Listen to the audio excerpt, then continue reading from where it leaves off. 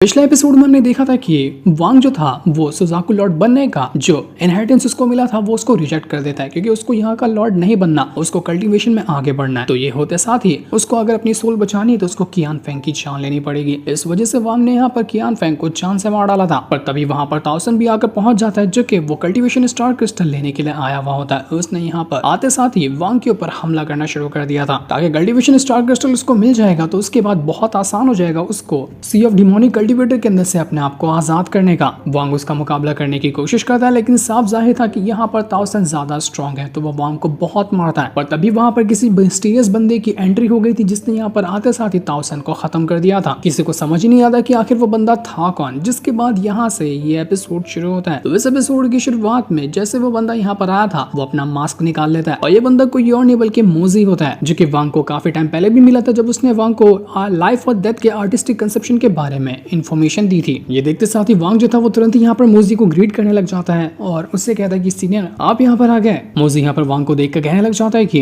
तुम तो पहले से काफी ज्यादा इंप्रूव हो चुके हो। ये देखकर मुझे काफी अच्छा लगा। मैं तुमसे एक सवाल पूछना चाहता हूँ, क्या तुम मुझे बताओगे कि आखिर तुमने सुजाकू लॉर्ड बनने का जो ऑफर था उसको रिजेक्ट क्यों किया? ये तो बहुत अच्छा ऑफर था तुम्हारे लिए। ये सुनकर वांग हैरान रह जाते हैं, क्या सच में ऐसा लगता है कि मोजी ने ही यहाँ पर चुनकर रखा था कि मैं यहाँ का अगला सुजाकू लॉर्ड बनूं और मैंने इस ऑफर को ठुकरा दिया? तो यही चीज का जवाब जानने के लिए मोजी यहाँ पर आए हुए हैं। तो वांग मोजी को भी यहाँ पर वही जवाब देता है कि मैं यहाँ पर किसी जगह पर रुक कर नहीं रहना चाहता, मुझे आगे बढ़ना है और लॉर्ड बनने के बाद मुझे रुक कर रहना पड़ेगा जो कि मुझे बिल्कुल भी पसंद नहीं है। तो मोजी कहना चाहता है कि ठीक है फिर जैसे तुम्हारी मर्जी, मैं तुम्हारे पर कोई फोर्स नहीं करूंगा। इसके बाद मोजी जो था वो यहाँ पर कल्टीवेशन स्टार क्रिस्टल का जो हार्ट है उसको अपने पास लेकर आता है और वू टाई और जिजिन नाम की वो जो लड़की होती है उसको कहना चाहता है कि तुम दोनों में से किसी एक को ये हार्ट मिलेगा और जिसको मिलेगा वो बनेगा यहाँ का अगला लॉर्ड। तो जरा अपनी पावर दिखाओ, उसके बाद मैं डिसाइड करना चाहूंगा कि किसे मैं अगला लॉर्ड बना सकता हूँ। तो ये सुनते साथ ही वो दोनों अपनी यहाँ पर पावर को एक्टिवेट करना शुरू कर देते हैं। जिजिन जो थी उसकी पावर अभी बड़ी थी क्योंकि उसने कियान फेंग की पूरी लाश को ही जो अपने पावर के साथ मर्ज कर लिया था, इस वजह से वो पहले से काफी ज्यादा स्ट्रॉन्ग हो चुकी थी। उसी के साथ साथ वू टाई जो था उसके पास तो ड्रैगन की पावर है तो वो भी अपनी पावर को एक्टिवेट करके रखा हुआ था। मोजी दोनों को देखकर कहने लग जाता है कि तुम दोनों हो तो बड़े शानदार लेकिन अभी भी मैं यहाँ पर कंफ्यूज हूँ। तुम दोनों बिल्कुल दावेदार तो हो लेकिन किसको मैं यहाँ अगला लॉर्ड बनाऊं? ये सुनकर वांग जो था वो यहाँ पर मोजी से कहने लग जाता है कि मेरे ख्याल से ना आपको वू टाई को यहाँ का अगला सुजाकू लॉर्ड बनाना चाहिए। वो बहुत परफेक्ट दावेदार है सुजाकू लॉर्ड बनने के लिए और वो सबसे बेस्ट ऑप्शन भी रहेगा। लेकिन ये सुनकर जिजिन जो थी वो यहाँ पर भड़क जाती है कि वांग आखिर तुम वू टाई का सपोर्ट कैसे कर सकते हो जबकि मैं यहाँ की सुजाकू लॉर्ड बनने के लायक थे। तुम्हें क्या लगता है कि मैं तुम्हें मार नहीं सकती? तुमने वू टाई का सपोर्ट करके अच्छा नहीं किया। वैसे भी तुमने वहां पर वर्ल्ड के अंदर मुझे काफी टाइम से फंसा कर रखा था, उसका गुस्सा तो मेरे दिमाग में चढ़ा ही हुआ था और अब चाहो तो मैं यहाँ पर तुम्हारी भी जान ले सकती हूँ। लेकिन ये सुनकर वांग उसे कहना चाहता है कि अपनी जुबान बंद रखोगी ना तो ही उसमें फायदा है, वरना मेरा कहर जब आएगा खुद पर तो तुम उसको बर्दाश्त नहीं कर पाओगे। तो ये सुनकर जिजिन जो थी वो यहाँ पर एकदम गुस्से में ही सही लेकिन शांत हो जाती क्योंकि उसको भी पता था कि वो वांग का मुकाबला नहीं कर सकती। इसके बाद वांग यहाँ पर मोजी से कहने लग जाता है कि आपको ये टाइटल दे देना चाहिए वू टाई को, वो बहुत अच्छा इंसान है और मैंने तो उसी को सिलेक्ट किया है कि वो यहाँ का अगला सुजाकू लॉर्ड बनेगा। ये सुनकर वू टाई काफी ज्यादा खुश हो चुका था। तो ये सुनकर मोजी जो था वो यहाँ पर अनाउंस करने लग जाता है कि आज के दिन से इस सुजाकू प्लैनेट का जो अगला सुजाकू लॉर्ड बनने वाला है वो होगा वू टाई। वू टाई बनेगा सुजाकू प्लैनेट का 15th नंबर का सुजाकू लॉर्ड। उम्मीद है कि जिस तरह की शान पहले सुजाकू प्लैनेट की हुआ करती थी उसको बरकरार रखने की तुम यहाँ पर कोशिश करोगे और जितनी भी खोई हुई पहचान है इस सुजाकू लॉर्ड के पोजीशन की और सुजाकू प्लैनेट की सबको तुम वापस लाने की कोशिश करोगे।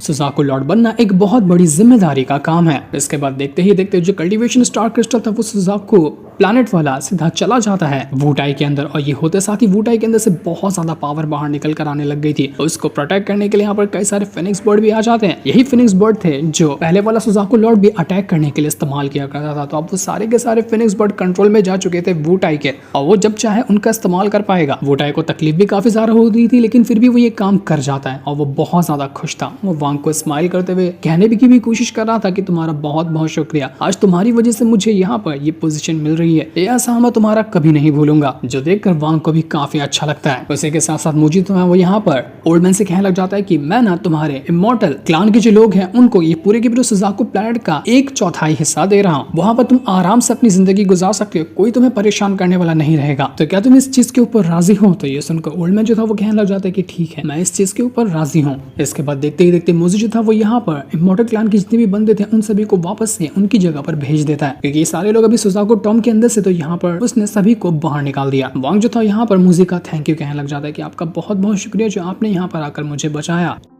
तो मुझे कहने लग जाता है कि शुक्रिया करने की क्या बात है, तो मुझे शुक्रिया मत करो, क्योंकि मुझे ना फ्यूचर में आगे चलकर कभी ना कभी तुम्हारी और भी जरूरत पड़ने वाली है। तो अगर आगे मुझे जरूरत पड़ी और मैंने तुमसे कुछ मदद मांगा तो उस टाइम मुझे मना मत करना, बस ये कर दोगे ना तुम यहाँ पर मेरे लिए, तो मैं बहुत ज्यादा खुश हो जाऊंगा। जिस पर वांग जो था वो यहाँ पर मान जाता है। मुझे कहने लग जाता है कि ठीक है, अब मैं जा रहा हूँ अपना कल्टीवेशन अलायंस के अंदर, तो क्या तुम मेरे साथ जाना चाहोगे? तो वांग कहने लग जाता है कि मुझे कुछ और भी जरूरी काम है, तो मैं चाह रहा हूँ कि मैं वो काम पहले पूरा कर लूँ। तो ये सुनकर मुझे जो था वो यहाँ पर वांग को किसी तरह की सील देता है और उसे कहने लग जाता है कि इस सील को ना कंडेंस करके अपने पास रख लेना, ये तुम्हारे काम आएंगी। याद रखना कि कल्टीवेशन का सफर बहुत बड़ा होगा और बहुत ज्यादा मुश्किलों से भरा होगा, तो मेरी शुभकामनाएं तुम्हारे साथ है। तुम जिस भी रास्ते पे जाओगे तुम्हें कामयाबी मिलेगी। इतना कहते साथ ही मुझे जो था वो वहां से जा चुका था, ये कहते हुए कि हम दोनों की मुलाकात एक ना एक दिन वापस से जरूर होगी और इस दिन का मुझे बेसब्री से इंतजार रहेगा। ये होते साथ ही वांग जो था वो भी यहाँ पर उस सुजाकू टूम के अंदर से बाहर निकल कर आ जाता है और कहने लग गया था कि लेमुआन और मेरी खुद की सोल दोनों के दोनों को मैंने यहाँ पर बचा चुका हूँ, तो अब दुनिया में ऐसा कोई भी इंसान नहीं होगा जो हमारी लाइफ के ऊपर कंट्रोल कर सकता है। लेकिन मेरा 1 बिलियन सोल फ्लैग जो है वो काफी ज्यादा डैमेज हो चुका, मुझे कोई ना कोई तरीका ढूंढना पड़ेगा ताकि मैं अपने 1 बिलियन सोल फ्लैग को ठीक कर सकूं। वैसे भी यहाँ का सुजाकू लॉर्ड जो है वो बन चुका है वो टाइप, तो वो पूरे के पूरे सुजाकू प्लैनेट को अच्छे से हैंडल कर लेगा। जो भी लोग यहाँ पर सुजाकू प्लैनेट के अंदर मुझसे रिलेटेड है उसको तो वो टाइप जानता ही है, उनकी भी सपोर्ट करेगा, वो ऑन का अच्छे से साथ देगा, उनको कोई परेशानी लेने की जरूरत नहीं है। तो अब मैं यहाँ पर सुकून से इस प्लैनेट को छोड़ सकता हूँ बिना किसी टेंशन के। जैसे ही वांग आगे बढ़ा था उसको वहां पर उसकी सोल नजर आती है, जो कि उसी जो वेपन को वांग ने कहा था उसको कंट्रोल में लेने के लिए उसको कंट्रोल में ले चुका था। वो सोल यहाँ पर वांग से कहने लग जाता है कि मास्टर देखिए मैंने इस वेपन को अपने कंट्रोल में ले लिया, अब जैसा मैं कहता हूँ ना ये वेपन वही करता है, मानो कि ये मेरा बाल तू पेट बन गया हो और ये मेरी सारी बातें मानता है। वांग उस वेपन को देखकर काफी ज्यादा खुश था कि ये वेपन तो बड़ा कमाल का है, मुझे लगता है ना कि आगे चलकर मुझे कभी ना कभी इसकी जरूरत पड़ेगी। वैसे भी इस प्लैनेट को छोड़ रहा हूँ तो आगे चलकर न जाने किस तरह के दुश्मन सामने आए, तो उनसे मुकाबला करने के लिए कोई तो हैवी वेपन चाहिए ही था जो कि ये मेरे काम आएगा। तभी इस वेपन के अंदर से एक छोटा सा सोल बाहर निकल कर आता है, उसको देखकर तो वांग भी हैरान रह गया था क्योंकि ये वेपन की सोल थी और सोल उसे कह रहा होता है कि तुम सोल वेपन वाली जाओ और मेरे मास्टर को ग्रीट करो क्योंकि अब से ये तुम्हारे भी मास्टर होंगे। ये देखकर वांग हैरान रह गया था कि अरे वाह ये बड़ा कमाल का वेपन है, इसके अंदर तो एक छोटी सी सोल भी मौजूद है। अगर मैं खुद के दम पर यहाँ पर इस वेपन को कंट्रोल करने की कोशिश करता तो काफी सारे मुझे मेरे ट्रेजर इस्तेमाल करने पड़ते हैं और मेरी सोल ने तो ये काम बड़ी आसानी से कर दिया, ये तो बहुत अच्छी बात है। और देखो ये कितने अच्छे से एक दूसरे के दोस्त भी बन चुके हैं, सोल ने मेरा काम बहुत आसान कर दिया। इसके बाद सोल और वो वेपन दोनों के दोनों वांग के अंदर जाकर समा जाते हैं।